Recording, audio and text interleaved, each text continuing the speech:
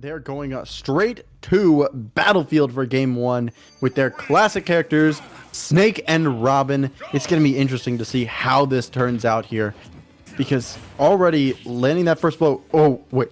Shielding? Okay. Huh? Did That you see was- what I saw? I Shielding think so. the Nosferatu? That was very interesting.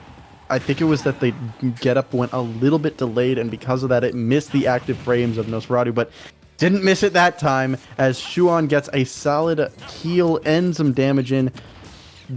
I don't know if that's necessarily good that they played Epicalito before, because that made it so that they were much more likely to go for Nosferatu. Oh, that's very unfortunate. They were probably expecting a back air. That's Yeah. what I would have expected in that situation. And the DI was, probably left facing accordingly. And because of that, with that DI mix-up, they go straight up. Very true, and that's always one of the most painful. Oh my god! Wow. Okay, that was an excellent forward smash using the grenade to cover get up attack, regular ledge get up, and leaving Shüan with only a handful of options. And I mean, it's just looking worse and worse for Shüan as not Epicalito, they just got sent to losers. Pelca sending so much damage to Shüan's way, and oh my god, this is looking terrible. Yeah, I wouldn't count out Shüan just yet. Again, like true. I said before, I'm a fan of underdogs, and if Luigi Kid 64 almost did it, then I'm sure Shüan could pull it out here. That's true, and Shüan does have some healing, but Pelca! forward air. Shüan, I just said the thing. Don't worry about it. But I mean, Pelca hitting a 3-stock in game number. Okay, taking it to Final Destination. Definitely one where Snake can not quite do as much, but I mean, it's still threatening because it's Snake. I mean, yeah, the Snake's very existence, much like Luigi, is just threatening. But here we go. We are getting started with Game 3. We have a nice early lead from Shüan, really trying to take advantage of Robin's various projectiles. And could we see the X factor in this game be taking advantage of Snake's recovery, like L-Man did in a few games prior? That might be the case, but another might be that Nosferatu. It's actually starting to hit again. Shüan just needed to see how Pelca moves, and it's been working a lot better this time once they've gotten a better feel of Pelca. Yeah, again, Pelca, just using that down smash before, very interesting move, and can even be used for shield breaks. Earlier, we saw a pretty interesting interaction with down smash, just like that. Oh my god. Where down smash kind of just kills sometimes. And that's showing Shüan's fantastic mentality as they're able to handle pretty much anything and turn it around in that next game. This is not looking at all like game one. Yeah, absolutely not. This is really a really impressive showing for Shüan so far. I hope they continue it. Yes, absolutely. And I mean, they just need a few more good hits, maybe a Nosferatu again, and they will be sending Pelca to kill percent very soon. No, that up tilt, again, washes your dishes, does your taxes, anything you want it to or need it to. Yeah, it's that down smash, or sorry, that up tilt goes, I'll do anything you want for $50, and they say, kill my opponent. Yes, exactly. And maybe Robin down tilt does it for a little more. You know, Yes. it's not as cheap. It's not as safe. Oh, there we go. That was a nice nair. It looks like we had a little bit of a connection issue, but it's a very nice use of aerials by Shüan, just trying to get in on Pelca, especially when Pelca is trying to draw grenades. Oh, that was so close to possibly a shield break setup, but they were like, no, I'm just going to grab him, make him hold shield still, because if you could get... managing to get a full stock lead here. This is really big for Shüan, because if you can manage to take someone who 3-stocked you just a game ago and bring them to a very dominant game number 2, you will definitely mess with their head quite a bit. Oh, absolutely. Oh, but reading the jump. That was a very nice catch by Pelca, or just pretty advantageous to catch. Oh, nice arc fire into up smash conversion. Just taking advantage of that landing. Yes, and Shüan has taken game number 2 with a JV2. So in this game, Peter, do you think we're going to see a change in game plan for the most part, or do you think both players are going to try and use the strategies that afforded them each of their wins? I actually don't quite know here, because it would be important for Snake to be able to change game plan, maybe get around that Nosferatu, because a big thing in all of these matchups that Shüan has been playing has been landing those Nosferatus, getting a lot of extra credit and healing, making it a lot harder to kill. But I mean, so far it just looks like Pelca's not been giving the opportunity to even land or even use Nosferatu. Yeah, I mean, there really has been a lot of... Oh boy, That was really smart. Very, very smart by Yes. Pelca, knowing that Shüan was going to try and take advantage of Robin's excellent aerials to kill, and meeting it with a very nicely placed forward air. Exactly. And Pelca now being able to just hold back. First time for most of this that Pelca has been holding backwards, you know, but Shüan saying, I'm not going to let you sit nice and pretty for very long. I'm just going to take that frying pan, smack you in the face. You're not so pretty anymore. Yes, that was a very nice arc fire conversion. And that might be what Shüan needs, just like general, safe conversions. You don't need to do anything fancy. Just go for your Nosferatus when you can. Your arc fires and Nosferatus, some projectile play from a distance. Don't try to directly engage, because you might get spiked again, or worse.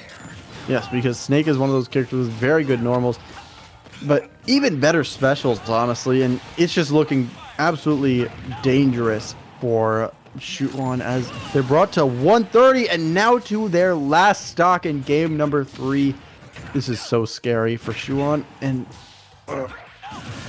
oh my god. What? Oh, Pelca really tried to go for the dominance, the I style guess so. points. You know, I guess they also want a royalty check. But I mean, Pelca's just got such a lead that did it even matter? Possibly not, but it's up to Shüan to say, I'm going to prove that you do not want to SD against me, because I will take full advantage of it. And I mean, so far they're managing to make those percents a bit more even. Yeah, definitely. This is what Shüan needs. Slow, steady play, trying to be as evasive as possible, taking use of Robin's projectiles, and trying to stuff any sort of approach by Pelca. Ooh, that was a really good bait and switch there, but it wasn't able to work because Pelca knew exactly what they were going there for with the throw into the Thoron, but Pelca's now behind a little bit. Yeah, catching the jump. The story of this match, Shüan knew that Pelca wanted to take advantage of Robin's aerials. Robin's aerials have been putting the work all tournament, but especially in game 1. And To hit a lot earlier. Robin can hit those ladders with the arc fire, but Snake can also just kill at like, what, 60 or something with that up tilt.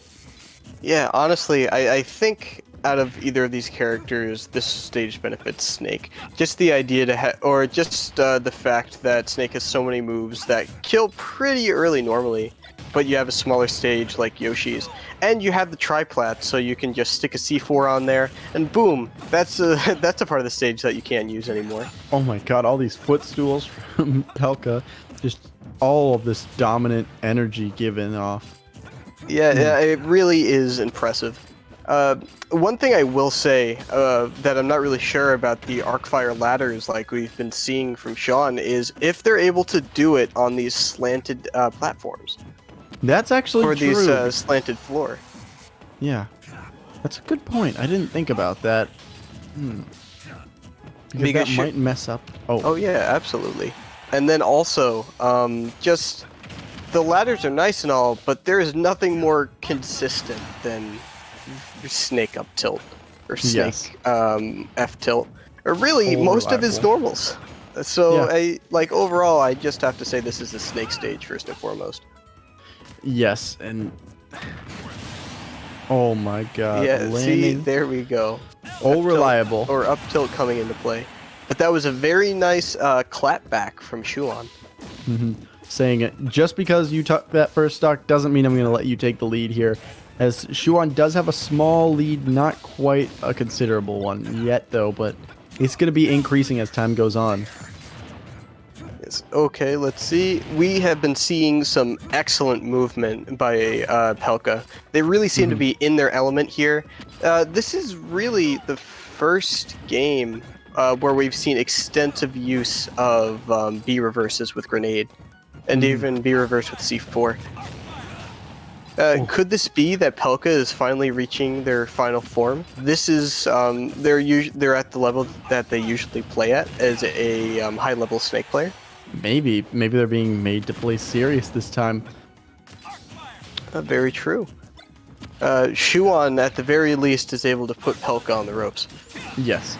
And speaking of on the ropes, on their last stock here for game number 4, Shüan has a decent lead right now. Only 49% on the board. He get a lot of extra credit here, but I mean, Pelca's already been shown to be able to kill very early, so I don't know how long this lead will last. Shüan, or Robin in general, is so good at conditioning grabs. There's so many different projectiles, fast moving, slow moving, even aerials that put you in so much hit stun that are really scary to deal with. Oh my. So that is what allowed Robin to get that second stock. You know, very often you'll see Shüan poke shield and then go for a regular grab or a Nosferatu. Pelca tried to read that with the spot dodge, but instead paid for it with the down smash. That is something that even if you try to spot dodge it, it will probably hit you. It's just a very strong move. And long lasting. And you have that bit of a delay on it.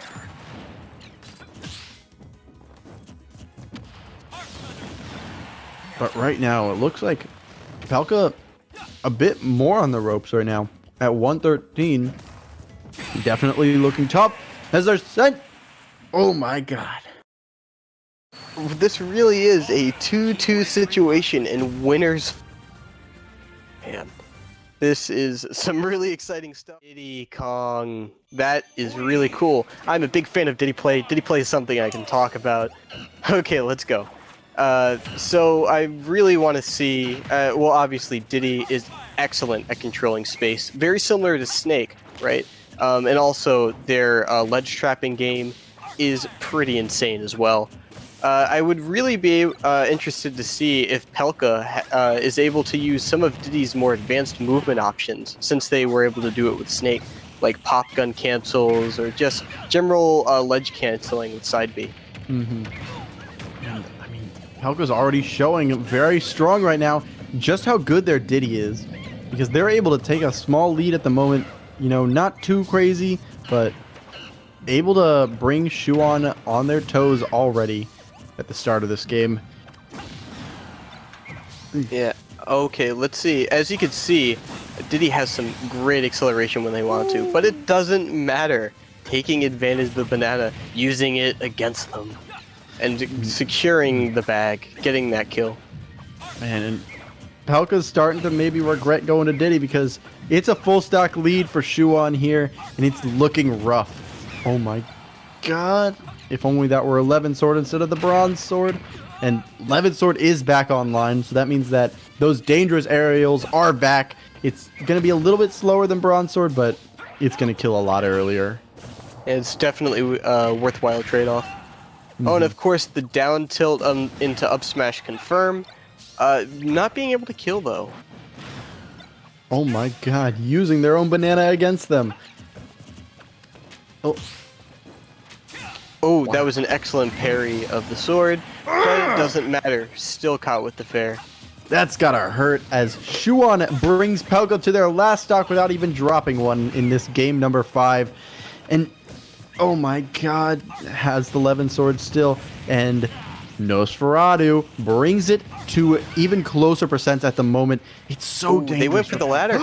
Oh, Oh, but Pelca, just ending the game like that in a similar fashion to how they ended game 2, I believe it was, against Elman. yes. Very unfortunate.